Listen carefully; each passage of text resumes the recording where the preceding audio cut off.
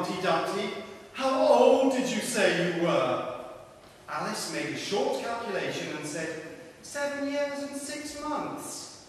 Wrong, Humpty Dumpty exclaimed triumphantly. You never said a word like it.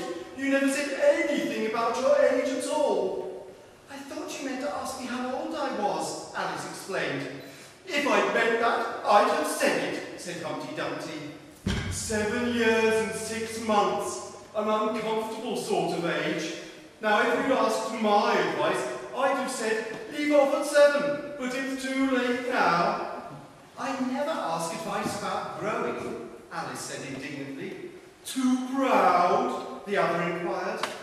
Alice felt even more indignant at this suggestion. I mean, she said, that one can't help growing older. One can't, perhaps, said Humpty Dumpty, but 2 can.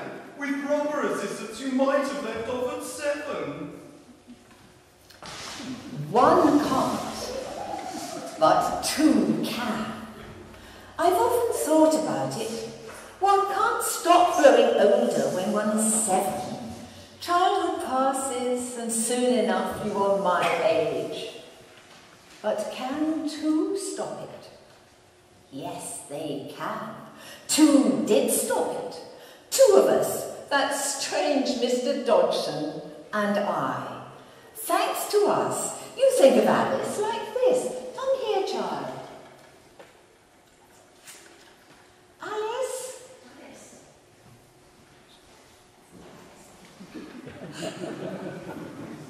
She's done a runner.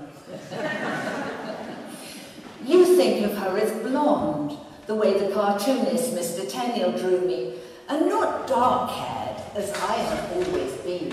Look, you see, quite different. You think of Alice as forever a child of 7, wandering through a parody of the adult world. Some think that it was all Mr. Dodgson, or Lewis Carroll, as you probably know him. He was the one that wrote the books and thought up the jokes and poems and riddles. But it was me too.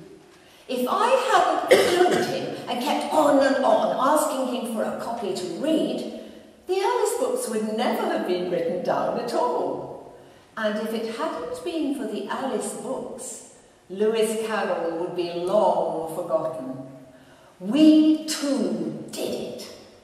I was the Alice to whom he told the story, and I was the one who made it write it down. Nobody will take the Alice books away from me. Oh yes, Dodgson was the genius behind them, but it was I that was the spark. I got tired of being Alice in Wonderland sometimes. Stupid questions, always the same. Was Dinah a real cat? Did you nearly fall down a rabbit hole? And I remember one horrible child saying, she hasn't got a long neck like the pictures, Mummy. Stupid little thing with a stupid little mother. Oh, showing my temper, I suppose you think. Yes, you would here in Lyndhurst. I know the sort of things people said about me behind my back and after I was gone. Did you work for Alice, the Alice of Alice in Wonderland? What was she like? Oh, she was a disagreeable old woman. Nothing you did would ever please her. She was nothing like the girl in the book.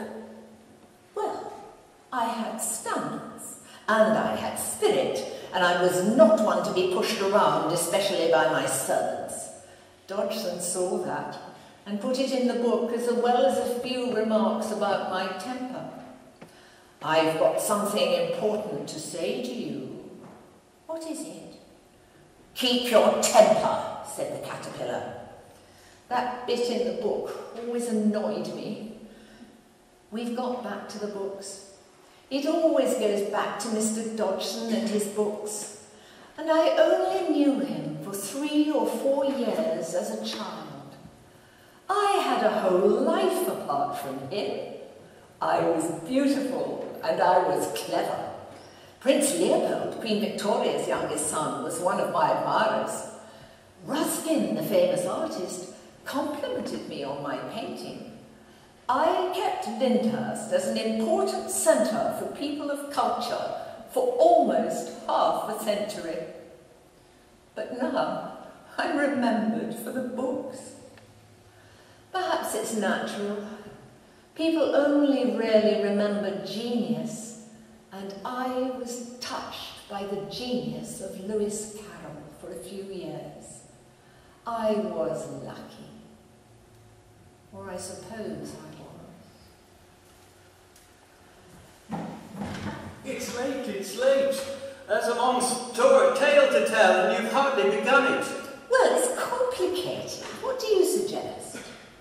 Well, my advice would be to start at the beginning, go through to the middle, and when you reach the end, stop. Oh, all right then. Oh, well. Oh, how aggravating the characters in those books can be. I was born in 1852.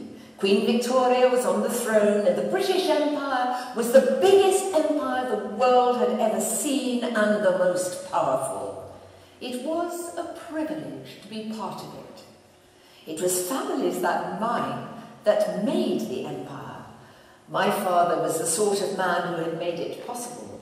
He was very intelligent and hard-working and a famous man. Funnily enough, a lot of people think that the White Rabbit might have been based on my father, running around the quad at Christ Church College and always seeming to be late for the next appointment. My father made his name by writing the first English-Greek lexicon, Liddell and Scott. Some of you may even have used it. He became Dean of Christ Church College, Oxford, the most important man in the most important college in Oxford University. My father was ambitious, and so was my mother. She wanted to be the leader of Oxford society. He is the Dean, and she's Mrs. Liddell. She plays the first, and he second fiddle. Who said that? Who repeated that scurrilous rhyme that used to annoy Mamma so? Mamma always supported Papa in all his plans to improve the university, just like I supported my husband, Reggie. My mother and I had standards. We wanted to make sure the place we lived was a good Christian place and worthy of the British Empire. She did it in Oxford, I did it in Lyndhurst. People like us have our detractors. We have to live with the petty jealousies of our inferiors. It's getting late. Yes, I'm aware that time is passing. But certain things must be understood when you're talking to people across 100 years. Things were different then. You must understand, everything was different.